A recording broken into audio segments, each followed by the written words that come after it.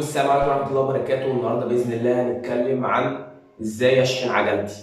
طب الحاجة دي بنستخدمها في إيه؟ دلوقتي مثلا أنا طلعت سفرية بالعجلة لأي محافظة وما قدرتش إن أنا أرجع مثلا، فبعمل الحركة اللي أنا بقول لكم عليها ديت وبشحن بيها العجلة وبخليها على شكل حاجة زي طرد كده، أعرف أشحنه، أعرف أركب بيه القطر.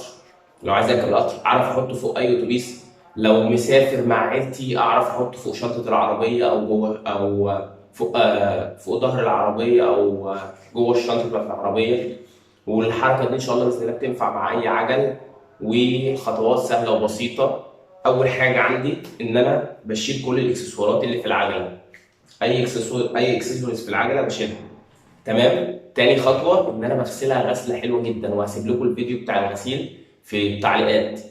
تالت حاجه ودي المهم، ان انا ابدا ازاي اشحن العجله. تابعوا معايا. اول حاجه معايا ان انا هقلب العجله على ظهرها،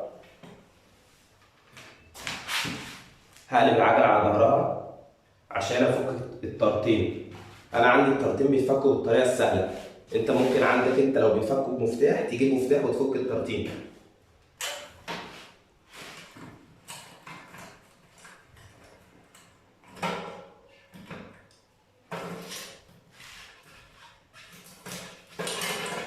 تمام، فكينا اول طاره.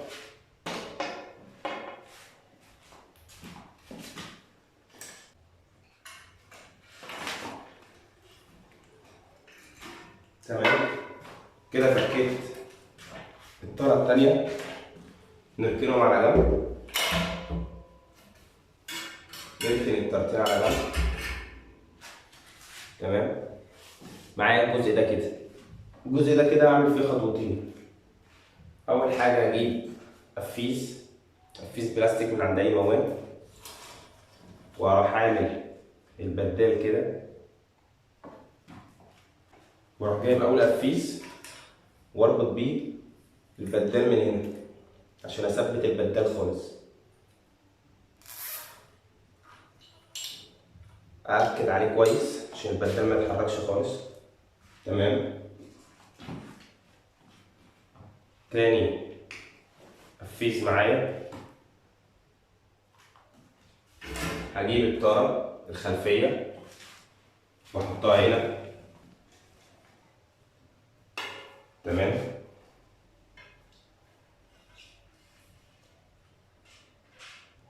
واجيب القفيز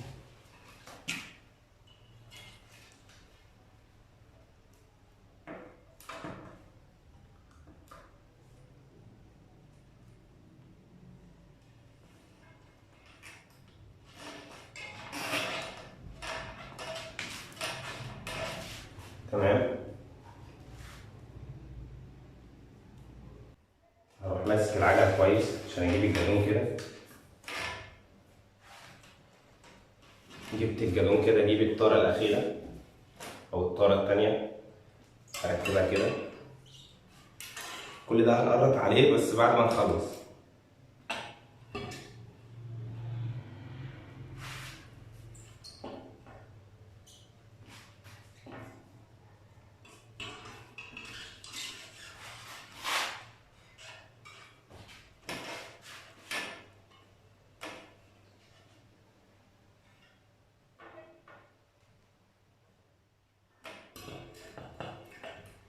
تمام، نتأكد أهم حاجة إن هي مرتاحة. نجيب القفيز نحطه كده.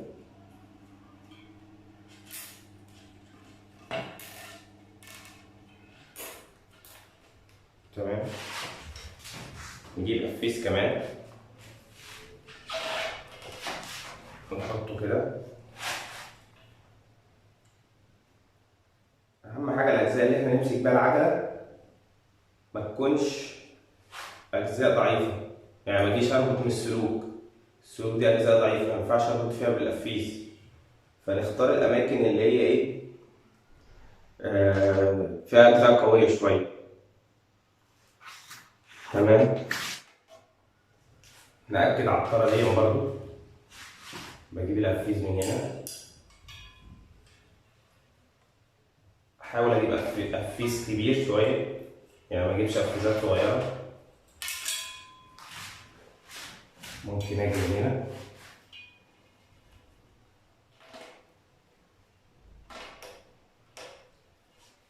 ادخل القفيس كده واربطه كويس،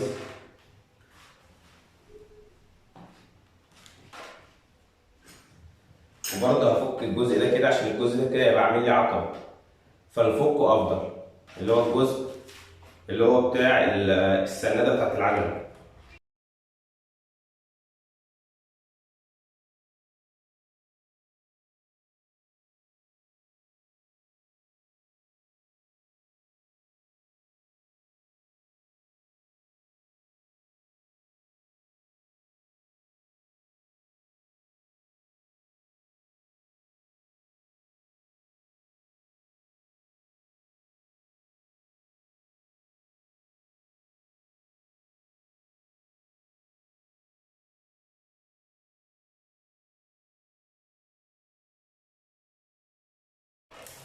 فكينا المسند بتاع العجله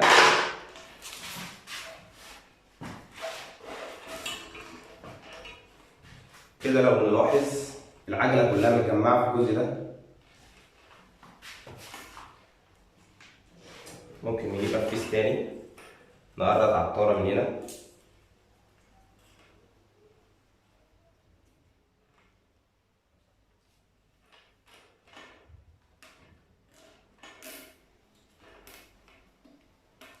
ويبقى كده اكدنا على الطرفين برضو. تمام.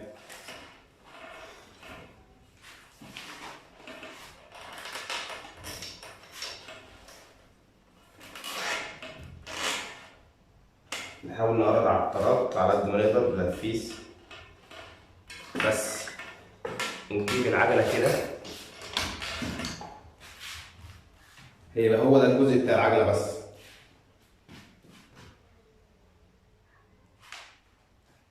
برضو موطيين الكرسي سنة أو نوطيه على الآخر برضو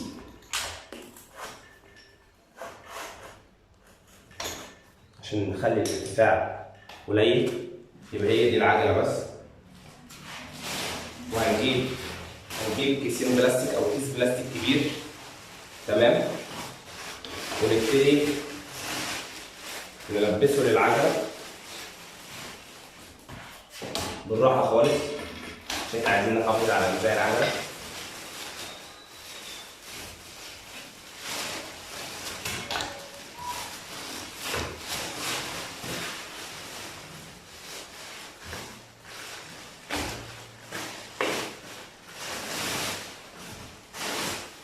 ممكن نقطعه عشان يبقى التلبيس أسهل.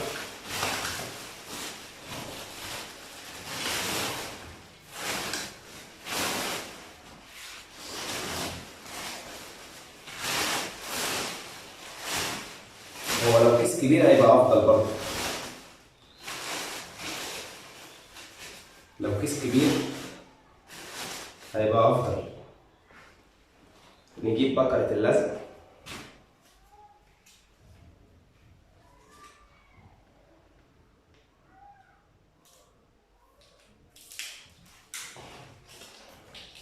ونبدأ الجزئين في بعض.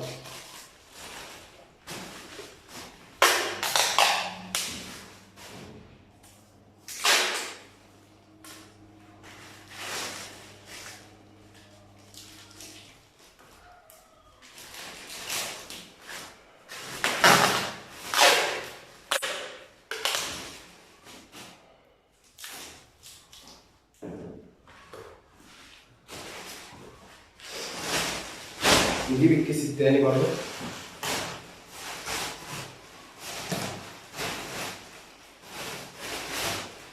تمام. نلبسه للعجلة.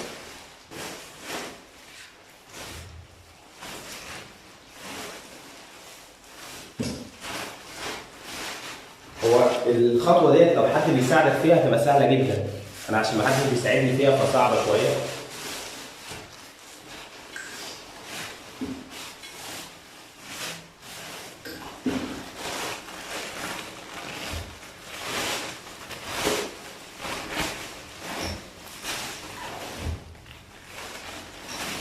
برضه زي ما قلنا كل ما الكيس يكون كبير كل ما تبقى سهل عليك جدا ان انت تعملها.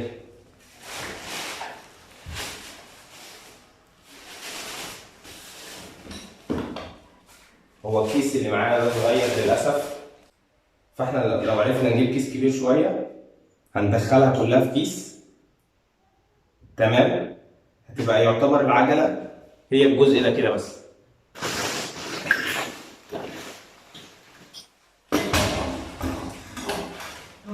انا بس عشان الكيس صغير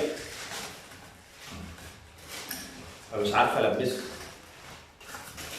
بس هي هيبقى يعتبر العجله عباره عن الجزء ده بس كده.